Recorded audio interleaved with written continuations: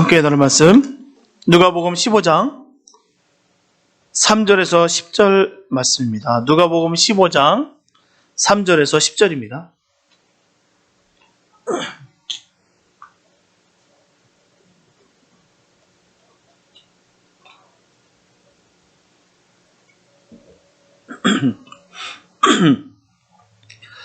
누가복음 15장 3절에서 10절 말씀, 주님께 한 말씀 봉독해 올려드립니다. 예수께서 저에게 이 비유로 이르시되 너희 중에 어느 사람이 양 100마리가 있는데 그 중에 하나를 잃으면 99마리를 들에 두고 그 잃은 것을 찾도록 찾아다니지 아니하냐. 또 찾은즉 즐거워 어깨에 메고 집에 와서 그 벗과 이웃을 불러 모으고 말하되 나와 함께 즐기자. 나의 잃은 양을 찾았노라 하리라. 내가 너에게 이르노니 이와 같이 죄인 하나가 회개하면 하늘에서는 회개할 것 없는 의인 99을 인하여 기뻐하는 것보다 더하리라. 어느 여자가 10드라크마가 있는데 하나를 잃으면 등불을 켜고 집을 쓸며 찾도록 부지런히 찾지 아니하겠느냐. 또 찾은즉 벗과 이웃을 불러 모으고 말하되 나와 함께 즐기자. 이런 드라크마를 찾았노라 하리라. 내가 너에게 이르노니 이와 같이 죄인 하나가 회개하면 하나님의 사례들 앞에 기쁨이 되느니라. 아멘. 요즘 신조 중에서 귀차니즘이라는 게 있어요. 귀차니즘. 바로 귀찬이라는 국어 형용사 어간을 어근을 삼아 영어 전미사 이즘을 붙여서 만든 단어입니다. 이 단어는 만사가 귀찮아서 게으름 피우는 현상이 고착화된 상태를 말하는 인터넷 신조어입니다. 그러므로 이것도 싫고 저것도 싫어서 짜증만 나고 딱히 하고 싶은 것 또는 바라는 것도 없고 뭘 해야 할지도 모르며 그저 시간만 보내려는 것이 바로 귀차니즘이에요. 세상살이가 별다른 이유 없이 그냥 귀찮다는 얘기입니다. 그런데 문제는 이 귀차니즘이 팬데믹 시대와 맞물려서 사람들의 관계를 더욱더 단절시킨다는 것입니다. 팬데믹 시대가 장기화되면서 경제적인 어려움과 또한 죽음의 두려움으로 인해서 세상은 점점 개인적으로 바뀌어가고 있습니다. 모두 힘들게 살아가다 보니까 자신과 가족 외에는 모두 다 귀찮게 여기게 됐어요. 신경 쓸 마음도 여유도 사라져가는 것입니다. 하지만 세상 사람들이 이런 삶을 살아간다 할지라도 하나님의 자녀들은 결코 이렇게 살 수가 없습니다. 이럴수록 더욱 주님 주시는 힘을 얻어서 살아가야 되는 것이죠. 그리고 상황과 현실에 눈을 고정시키지 마시고 바로 주님께 시선을 돌려야 될 줄 믿습니다. 그리고 주님께서 기뻐하시는 주님의 일들을 해야 되는 거예요. 특별히 이렇게 코로나 바이러스로 인해서 영혼들이 흩어진 상황에서 영혼들을 다시 찾아 모으는 성도의 역할은 너무나도 중요합니다. 하지만 문제는 영혼군에 대한 그 중요성에 대해서는 너무나도 잘 알고 있으나 하지만 가장 힘들고 어려운 것이 바로 이 영혼군이에요. 마음은 있으나 하지만 입이 떨어지지 않고 사뭇 관계가 틀어져 버려서 불편할까봐 못하는 경우도 있습니다. 또한 내 신앙 하나 지키는 것도 벅차기 때문에 다른 사람을 신경 쓰기도 싫고 귀찮아서 안 하거나 못하는 경우도 많습니다.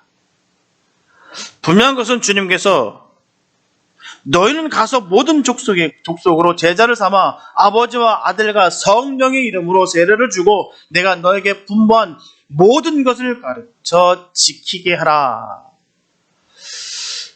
마지막 지상명령을 주님께서 하셨기 때문에 구원받은 하나님의 자녀들은 반드시 이 사명을 감당해야 됩니다. 이것은 선택사항이 아니에요. 반드시 해야만 하는 하나님의 말씀입니다.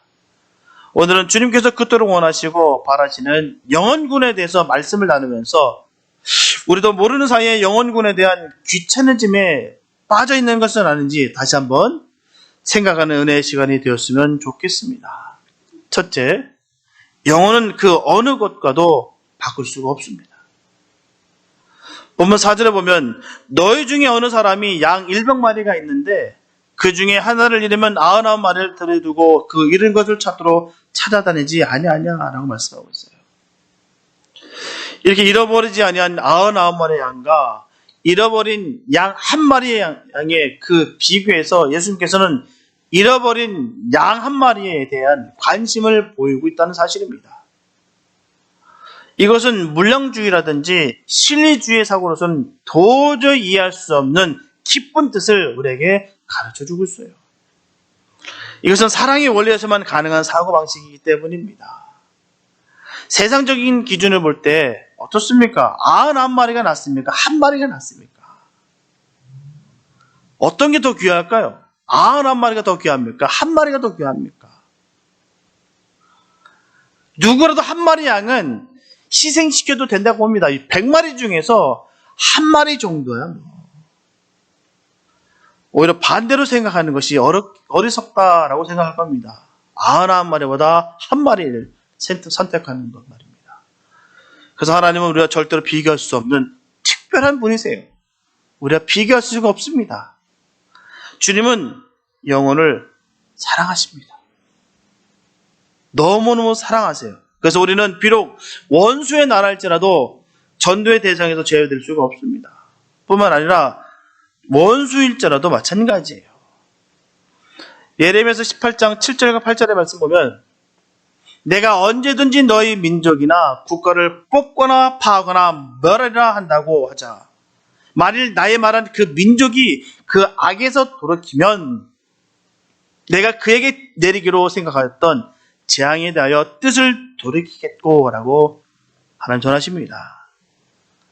아무리 멸망시키기로 작정했다 할지라도 그 민족이나 그 개인이 그 악에서부터 돌이킨다고 한다면 뜻을 주님께서 돌이키신다는 거예요. 용서하시겠다는 것입니다. 이 하나님의 뜻입니다. 돌이키기만 한다면 어떤 죄를 진다 할지라도 정말 세상 속에서는 이해 못하고 인정할 수 없고 용서 못할 그 죄인지라도 진정으로 회개한다면 주님께서는 받아들인다는 거예요. 요나 선지자의 그 실수와 실패를 통해서 깊게 우리가 생각해야 됩니다. 자신의 감정과 생각으로 함부로 영혼을 평가하거나 구분짓는 것은 결국 요나 선지자의 오만과 교만이었다는 것이죠. 요나서 4장 1절에 보면 요나가 심히 싫어하고 노하여라고 전하고 있어요. 이게 무슨 말입니까? 심히 싫어하고 노하여. 하나님께서 그들을 용서하시고 또 뜻을 돌이킨 데 있다는 것이죠. 저 원수를 살려주신 그 하나님을 결코 이해할 수가 없다는 거예요. 아니 저 족속들, 저 민족들 그냥 싹 밀어버리시지. 이번 기회에 얼마나 잘 됐습니까? 그냥 다 죽이시죠. 왜 돌이키려 하십니까? 왜 용서하십니까? 심히 싫어하고 노했다는 거예요. 하나님을 말입니다. 그 용서하시는 그 하나님을 말이에요. 자신의 뜻이 이루어지지 않아서 요나는 하나님께 화가 나는 거예요. 성도는 기억하게 될 줄 믿습니다. 내 뜻이 이루어지길 바라는 것이 아니라 바로 하나님의 뜻이 이루어지길 바라는 것이 바로 성도의 삶이에요. 오늘날에도 이런 요나와 같은 사람들이 많다는 것입니다. 분명하게 하나님은 영혼에 대해서 함부로 여기신 적이 없어요. 함부로 대하신 적이 없습니다. 회개하고 돌아온 모든 영혼에 대해서 용서하셨고요. 그를 받아주셨습니다. 마태복음 16장 26절 말씀 보면 사람이 만일 온천하를 얻고도 제 목숨을 잃으면 무엇이 유익하리요? 사람이 무엇을 주고 제 목숨을 바꾸겠느냐? 이처럼 생명의 가치는 수에 있는 것이 아니에요. 생명 그 자체에 있기 때문에 사랑의 윤리에서는 아홉이나 하나나 다 동일한 생명인 것입니다. 분명히 생명은 수로 평가되지 않아요. 많고 적음이 있는 것이 아닙니다. 그 이유는 명확해요. 바로 한 생명이 천하보다 귀하기 때문입니다. 하나님의 뜻이에요. 온 천하가 다 놓아져 없어진다 할지라도 그 영혼이 더 귀하게 여기신 분이 하나님 되십니다. 본문 7절에 보게 되면 죄인 하나가 회개하면 하늘에서는 회개할 것 없는 의인 99을 인하여 기뻐하는 것보다 더하리라. 이처럼 예수님의 메시아적 사명은 죄인을 회개시켜 구원하시는 일이었습니다.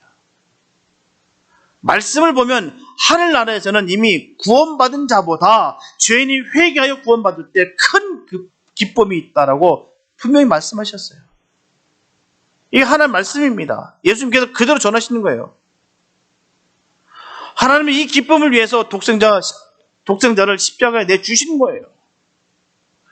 마가복음 10장 45절 말씀 보면 예수님의 사역의 궁극적인 그 목적을 말씀하고 있습니다. 인자에 온 것은 섬김을 받으려 함이 아니라 도리어 섬기려 하고 자기 목숨을 많은 사람의 대속물로 주려 함이니라. 하나님의 목적이십니다. 그렇다면 하나님께서는 독생자 되시는 예수님을 희생시키면서까지 우리를 구원하시는 그 이유는 뭘까요? 목적은 알겠는데 그 이유는 또 뭘까요? 그것은 본문 8절 전반부에 전하고 있듯이 어느 여자가 10드라크마가 있는데 하나를 잃으면이라고 되어 있어요. 분명하게 은전 한 입의 가치는 하찮은 것일 수도 있어요. 특히 부자에게 있어서는 이 은전 한 입 있어서도 그만, 없어서도 그만일 수 있습니다. 별로 신경 쓸 일도 아닐 수도 있다는 것이죠. 부자일 경우에 말이에요. 그러나 본문에 분명히 전하고 있듯이 가난한 여인에게 있어 그것은 더없이 소중한 재산입니다. 은전 하나의 상실이 그녀에게서는 매우 큰 슬픔이었다는 것이죠. 전부를 잃어버린 그런 고통이었다는 것이죠.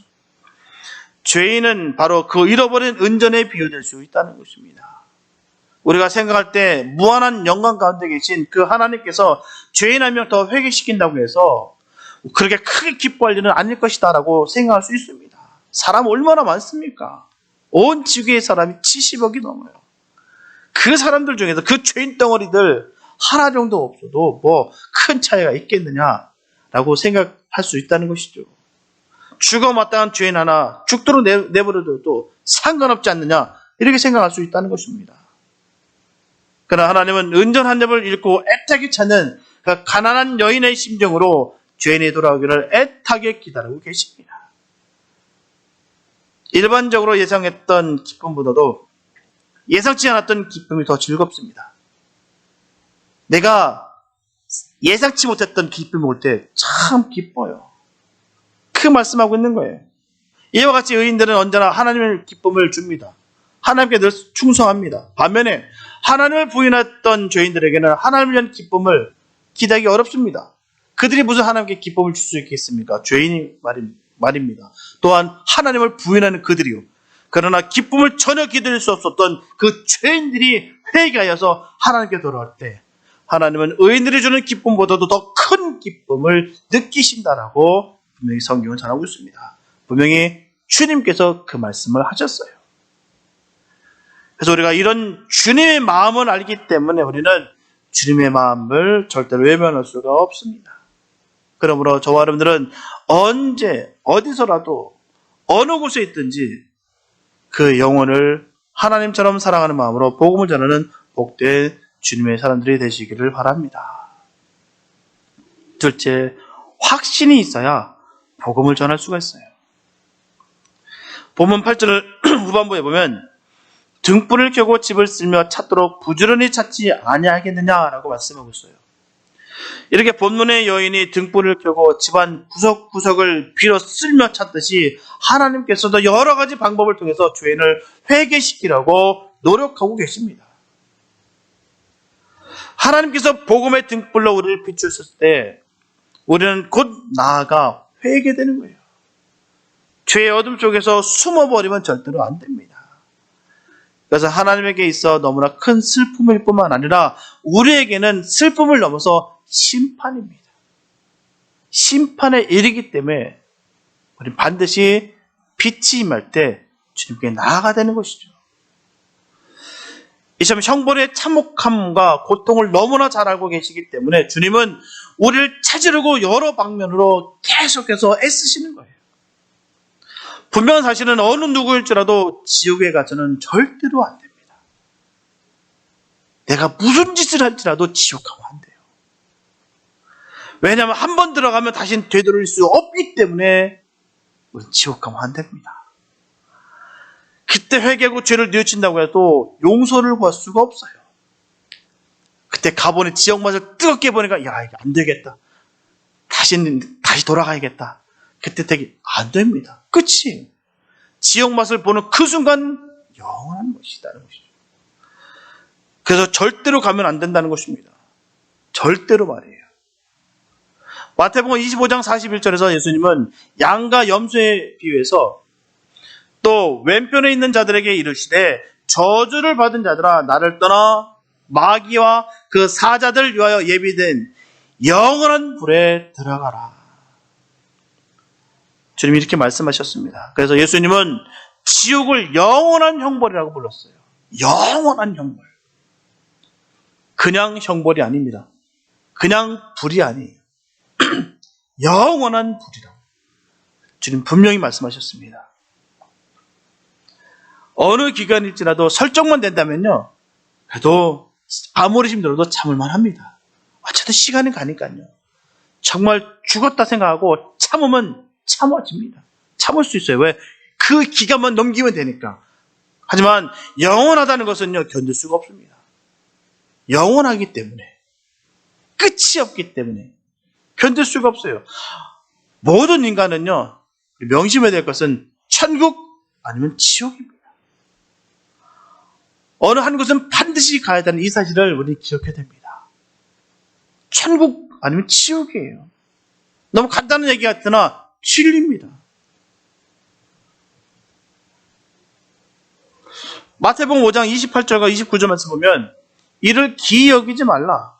무덤 속에 있는 자가 다 그의 음성을 들을 때가 오나니 선한 일을 행한 자는 생명의 부활로 악한 일을 행하는 자는 심판의 부활로 나오리라. 하나님의 엄미하신 말씀입니다. 이 기분에 따라서 진리가 절대로 바뀌지 않습니다. 이 말씀을 통해서 지옥이 있다 없다에 대해서 논할 이유가 전혀 없다는 거예요. 분명히 주님께서 말씀하셨기 때문에 지옥은 있습니다. 근데 신기하게도 놀랍게도요, 어떤 신학파들은 지옥이 없대요. 하나님이 너무 사랑하시는데 어떻게 지옥을 만들 수가 있겠느냐는 거. 분명히 말씀하신데도 불구하고 이거를 다르게 해석하고 다른 시선으로 바라봅니다. 아니요, 분명히 말씀하셨어요. 지옥은 있습니다. 아무리 부정하고 싶어도 아니면 사람들이 듣기 싫어도 이 말씀은 진리예요. 바뀔 수가 없습니다. 성경에서 지옥에 대해서 강조하는 것은요, 결코 인간들을 벌하시고 형벌하여서 멸명하기 원하셔서 강조하신 말씀이 아닙니다. 오히려 천국으로 인도하시기 원하신다는 거예요. 사실 이 말씀 지옥에 대해서 쫙 뽑았거든요. 근데 너무 많고 너무 길고 너무 디테일해서 빼버렸어요. 그 이야기만 해도 너무 길기 때문에. 근데 우리는 그 사실을 다 압니다. 지옥은 우리는 가면 안 됩니다. 내 기분에 따라 갈 수 있다 아니다가 아니에요. 저 사람 나 친하니까 갈 수 있는 거 아니에요. 예수 안 믿으면 지옥 가는 겁니다. 간단해요. 우리가 신앙을 어렵게 생각하는 것이 아닙니다. 명쾌하게 우리 주님께서 답을 주셨어요.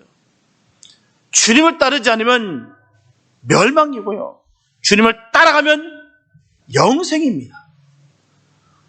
명확해. 우리는 심플하게 우리가 믿음을 지켜나가야 되는 것입니다. 이단에 속는 것이 그거예요. 뭔가 있어야 될 것 같아서 뭔가 첨가해야지 시원하니까 있어버리가 그를 따라가요. 아닙니다. 성경은요, 우리에게 비유의 말씀을 정말 하나님께서 너무 쉽게, 주님께서 너무 쉽게 비유의 말씀을 주시면서 우리에게 그 복된 길을 따라 말씀하신 거예요. 우리는 온전히 주님만 따라가야 줄 믿습니다. 세상이 뭘 한다 할지라도, 세상이 인정하지 않고 이해하지 못한다 할지라도 우리는 오직 주님을 믿고 따라가야 줄 믿습니다. 점점 세상의 진리가 혼탁해지고 헷갈리게 됐어요. 그래서 자꾸 욕을 먹게 되고 이게 무엇인지 갈팡질팡 어지럼 속에 있습니다. 그러나 우리는 반드시 기억해야 될 것은 주님께서 일러주신 그 말씀을 생명교처럼 지키면서 나아가야 될 줄 믿습니다. 오해하셔도 안 되고요. 내가 보태서도 뺏어도 안 됩니다. 주님께서 주신 그 말씀대로 살아가는 거예요. 그 말씀대로 우리가 지켜서 나가면서 우리가 믿음을 견고히 세워야 될 줄 믿습니다. 주님의 그 뜻을 늘 생각하시면서 한 영혼이라도 건져내는 큰 은혜가 우리에게 있게 되시기를 예수님의 이름으로 축복합니다. 셋째, 영혼 구원은 사랑이 생명이에요.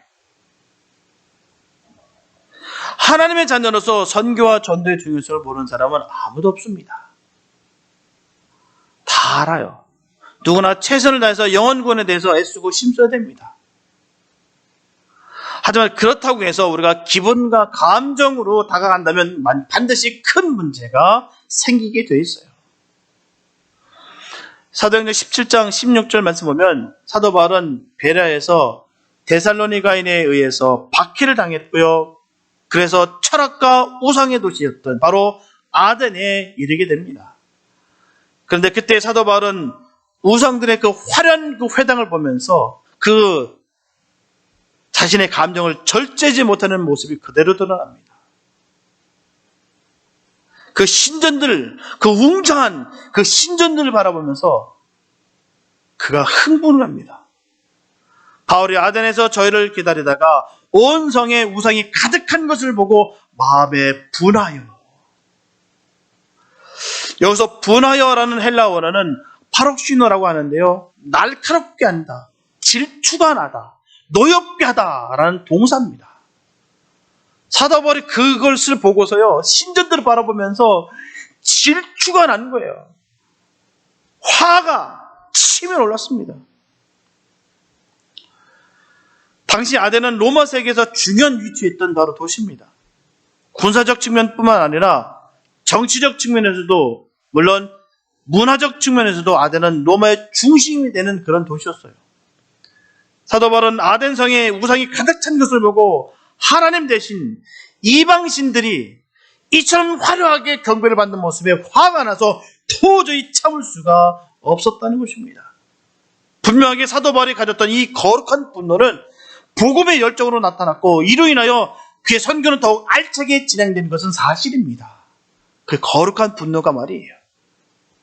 하지만 문제는 성도가 가지는 분노는 남을 정죄하는 분노가 되어서는 안 된다는 것입니다.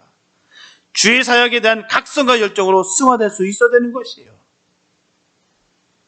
그때 사도 바울은 자신의 감정에 치우친 나머지 하나님의 방법과 뜻을 가지고 사역하는 것이 아니라 자신이 가지고 있는 지식과 언변으로다가 그들을 이겨서 누르려 했던 것이에요. 결국 주님의 임재로 그들을 잠잠케 했던 것이 아니라 세상적인 방법으로 하나님의 일을 하려 했다는 것입니다. 야, 나도 너들 안 빠져. 나도 최고 엘리트 코스를 다 밟았고 내가 머리로 너들 제치지 않아. 어디 감히 저 잡신들 믿는 것들이 말이야. 어디 거룩한 하나님을 믿는 나 사도. 내가 니들과 싸워 못 이길 것 같아. 내가 말이면 말로, 내가 그리면 글로다가, 내가 능력이면 능력으로 내 너를 굴복시킬 수 있어. 하지만 그 결과는 어떻습니까? 참혹했습니다. 철저하게 참패를 당했어요. 이해 안 되지 않습니까? 하나님의 사도인데요. 그 능력이 나타나는데요. 죽은 애도 펄떡 일으켜졌던 사도 바울이고요. 그가 갖고 있었던 모든 학력적인 부분들, 학문적인 부분들, 그가 갖고 있었던 그 필력들, 어마어마한 것들을 갖고 있었던 그 사도 바울입니다. 자신이 있었어요. 내가 니들과 싸워서 난 이길 수 있다. 내 뒤에는 하나님 계신다. 이렇게 나갔습니다. 그런데 참배했어요. 영혼 구원은커녕 단순히 말쟁이 취급을 당하게 말았습니다. 이처럼 우리도 명심해야 되는 것은 주의 일은 나의 힘으로 해서는 절대로 안 됩니다. 철저히 나를 버리고 주님께서 역사하셔야 되는 것이에요. 그게 바로 주의 일입니다. 나의 모든 방법을 다 내려놓을 때 주님 그때 역사하십니다. 그때 하시는 거예요. 주님의 일은 시작과 끝이 주님이 함께 해야 되는 것입니다. 비록 우리는 악할지라도 주님 선하십니다. 우리는 약할지 할지라도 우리 주님은 강하십니다. 그래서 모든 주님의 일들은 목적과 과정과 결과 모두가 선해야 됩니다. 언제나 철저한 사랑과 헌신과 순종의 마음으로 이룬 사역을 주님 칭찬하십니다. 주님께서 원하시는 일이라면 주님께서 반드시 역사하시고 이루십니다. 주님의 뜻이라면 말이에요. 그래서 성도는 철저하게 하나님을 의지하면서 사역을 감당해야 될 줄 믿습니다. 자신의 독선으로 가득 찼는데 어떻게 하나님의 그 놀라운 그 사랑을 알 수가 있겠습니까? 내 안에 독이 가득한데요. 내 안에 미움이 가득 찬데요. 내 안에 세상적인 게 가득 찬데요. 어떻게 그 하나님의 놀라운 사랑을 우리가 깨달을 수가 있겠냐 말이에요. 우리의 잔인성이 바로 하나님의 사랑의 그 가치를 떨어뜨린 것입니다. 성도는 원수까지라도 사랑해야 됩니다. 우리 주님께서 원하시는 바가 거기에요. 원수까지라도 사랑하라. 그 근본주의는 무서운 거예요. 근본주의는.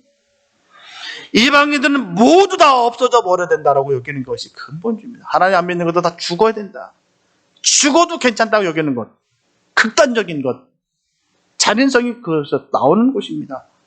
하나님의 자녀는요, 십자군의 길을 걷는 것이 아니라 십자가의 길을 가야 될 줄 믿습니다. 가는 길이 달라요. 십자군의 길을 걷는 것이 아니에요. 십자가의 길을 걸어야 되는 거예요. 유대인들이 왜 기독교인들을 용서 못하고 왜 아직도 미워할까요? 잔인하게 예수님의 이름으로 핍박했기 때문입니다. 그 유럽에서 저 예루살렘, 아니 성전에 있던 그곳에 어떻게 저 이방 것들이 있을 수가 있어? 우리가 탈환하자. 십자군들 다 모아서 왔습니다. 정치적인 목적 때문에 왔어요. 어떻게 됐습니까? 와서요, 수많은 사람들 죽였습니다. 유대인들이 지금도 치를 떠는 게 거기에요. 모아놓고요, 불 지르고 옆에서 찬양 부르면서 할렐루야 하고 있습니다. 임신한 여자에게 배에다 칼을 꼽습니다. 그리고 사탄 마귀 죽였다고 찬양하고 기뻐했어요. 그러니 그 민족이 어떻게 그 기독교인을 용서할 수가 있겠습니까? 하나님의 사랑이 배제된 그 폭력이 어떻게 그들로 하여금 그 복음이 들어갈 수가 있겠습니까? 그래서 전도가 안 되는 거예요. 우리는 자신에게는 한없이 참 너그럽습니다. 하지만 대적자에게는 잔인하게 바뀌는 것이 바로 우리예요. 그들에 대해서는 절대로 징벌이 있어야 된다고 생각합니다. 저 예수 안 믿는 것들은 다 없어져야 된다. 이렇게 바뀔 수가 있다는 것입니다. 하지만 하나님께서는 우리가 전혀 다르다는 거예요.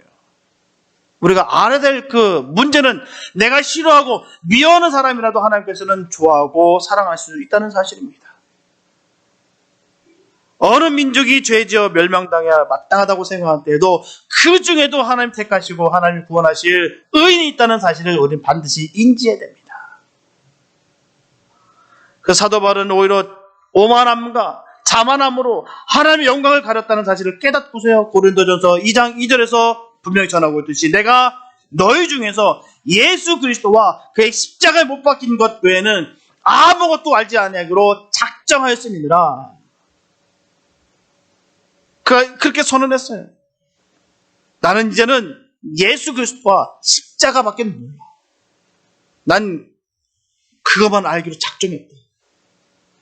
내가 해보니까 철저히 내가 깨닫게 됐더라.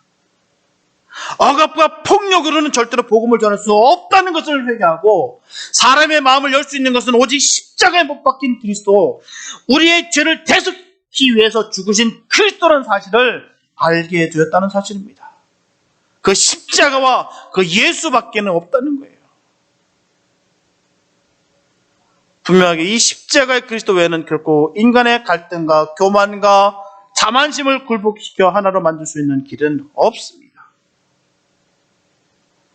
그래서 사도 바울은 주의 일할 때는 정확한 목적과 목표가 있어야 된다고 고린도전서 9장 26절에서 전합니다. 그러므로 내가 다름질하기를 상방 없는 것 같지 아니하고 싸우기를 허공을 치는 것 같지 아니하여 라는 것입니다. 우리가 다름질할 때, 달리기 할 때요, 내가 룰대로 그대로 달려가는 거지, 내가 왔다 갔다 해보십시오, 그렇게 가는 거지. 골은 결승적으로 가야 되는데 말입니다. 상방 없이 말이에요. 또 싸우기를 허공을 치는 것, 하늘에다 마음대로 펀치를 날려보십시오. 무슨 힘이 있는 지 풀에 지가 쓰러지는 것이죠. 지 감정과 지 기분대로 하는 것이죠. 주의를 한다고 하면서 내 기분대로, 내 원대로, 내가 내 마음대로, 기분대로, 내 성질대로 하지 말라는 것입니다. 싸우기를 허공을 치는 것 같지 아니하고 다름질하는 것을 상방 없는 것 같지 아니한다. 이처럼 영혼군은 남에게 자랑하기 위해서 해서도 안 되고요. 사랑도 없이 기분에 따라서 해서도 안 됩니다. 하나님께서 원하시는 사랑과 섬김과 배려와 은혜로 하는 것입니다. 바로 십자가의 도를 전해야 될 줄 믿습니다. 사랑하는 성도 여러분, 우리가 예수님을 본받아 예수님의 사람으로서 본을 보이는 삶을 살게 될 때 영혼군이 시작되는 사실을 반드시 기억하게 되시 바랍니다. 내가 마음을 다른 사람들을 괄시하고 무시하고 폭력스럽게 하면서 어떻게 하나님의 그 사랑을 전할 수 있습니까? 주님은 늘 희생하셨어요. 그들을 섬겼습니다. 그들 앞에 무릎을 꿇고 세례를 받으셨어요. 그렇게 그 십자가 길을 걸을 수 있기 때문에 다시 돌아와서 저들을 용서하는 마음으로 다시 그 요단강을 찾으셨던 그 주님의 모습을 생각할 때마다 좀 가슴이 먹먹해요. 얼마나 아프셨으면, 얼마나 괴로우셨으면 본인이 세례받은 그곳에 다시 오셔서 마음을 다시 되잡고 그 십자가 길을 걸어가셨을까? 주님이 원하셨다면 12영도 부르시는 그 하나님 주님께서 싹 다 뭉겨버릴 수도 있으셨습니다. 그런데 철저하게 주님은 그들 앞에 죽으셨어요. 십자가에 몸을 던지셨습니다. 이게 예수의 사랑이고 그 십자가의 도입니다.